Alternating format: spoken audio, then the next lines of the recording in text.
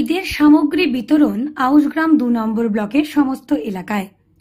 এমন দরদি মনোভাবাপন্ন আর কেউ নয়। আউশগ্রাম ২ নম্বর ব্লকের তৃণমূল সভাপতি তথা এলাকার দাতা লালন হিসেবে পরিচিত শেখ আব্দুল লালন। এলাকার সমস্ত মসজিদে ও দুস্থ মানুষদের ঈদের সামগ্রী বিতরণে এক নজির সৃষ্টি করলেন তিনি।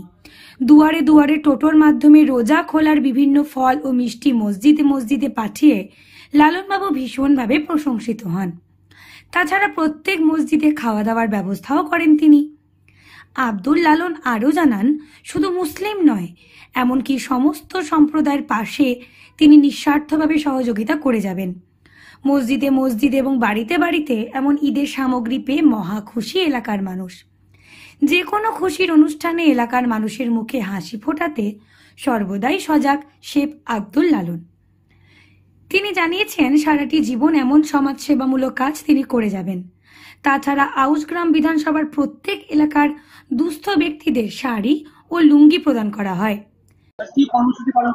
দাদা, আমি সর্বপ্রথম সকল মানুষের উদ্দেশ্যে বলবো, আমাদের রমজান মাস চলছে, যে রোজার সময় যে আমাদের ধর্মেতে 4টা রিপুকে দমন করতে বলেছে, লোভ, লালস, কাম, ক্রোধ, তার সঙ্গে আমাদের একটা দান ধ্যানের ব্যাপারটাও এই সঙ্গে থাকে। তাই আমরা এই ধর্ম অবলম্বন মানুষকে নিয়ে আমরা মাননীয় মুখ্যমন্ত্রী কি করেন, সর্বদাই মানুষের জন্য তিনি কাজ করতে বলেন। আমার সেনাপতি কি নির্দেশ দেন, যে সর্বদাই মানুষের সঙ্গে থাকতে।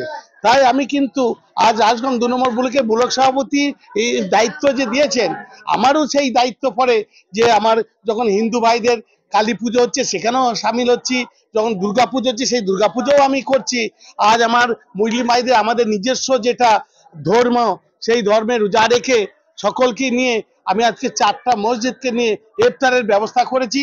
তার সঙ্গে আমার ফ্যামিলি পূর্বপুরুষ থেকে করে আসছি, যেটা যে দুস্থ মানুষের মা মমতাময়ী গরিব মহিলার জন্য ভাবেন, যেটা আম্মু সেই গরিবদের বস্ত্র দান, সেটা আমার মিসেস আজকে করছেন। 2-3টে ব্লককে নিয়ে টোটাল সকল মা বোনেরা আসছেন আমার বাড়িতে, সেই সামগ্রী তিনারা নিয়ে যাচ্ছেন। আর মসজিদের যে বিষয়টা, যেটা আপনি কোথাও পাবেন না, সেটা আমার গ্রাম থেকেই আমরা দেখাতে চাই যে মানুষ এইভাবে একটু এগিয়ে আসুক। মাননীয় মুখ্যমন্ত্রী যেটা বলেন, মহিলাদের নিয়ে যে ভাবনা, সেই ভাবনা কিন্তু আমি ভাবছি। কেন না, আমাদের এখানে যেটা যদি বলেন যে আমার এই বড় গ্রাম, 3টে বুথ নিয়ে গ্রাম, এই গ্রামে মোট আমার মা বোনরা মাসি এবং পিসি, খালা এবং ফুপু সকলেই কিন্তু রোজা রেখেছেন। সেই রোজার সংখ্যা যদি শুনেন, সেটাও কিন্তু আমার ওই 1150।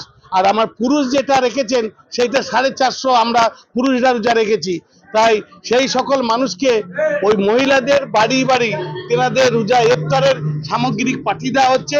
আমরা ছেলেরা যারা রয়েছি তারাও মসজিদে বসে রোজা ইফতার করব। তার সঙ্গে রাত্রেরও 4টি খাওয়া দাওয়ার সাধ্য মতো যতটা যা পাচ্ছি সকলকে নিয়ে একসঙ্গে আমরা রাত্রে খাবারটাও খাবো।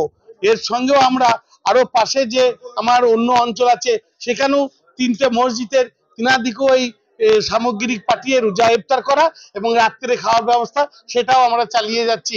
যে সর্বদাই আমার যতটা যা সাধ্য, যতটা যা পারবো, মানুষের সঙ্গে থেকে মানুষকে কাছে নিয়ে মানুষকে আপন করে পথ চলা, সেইটা আমরা চলছি এবং চলব।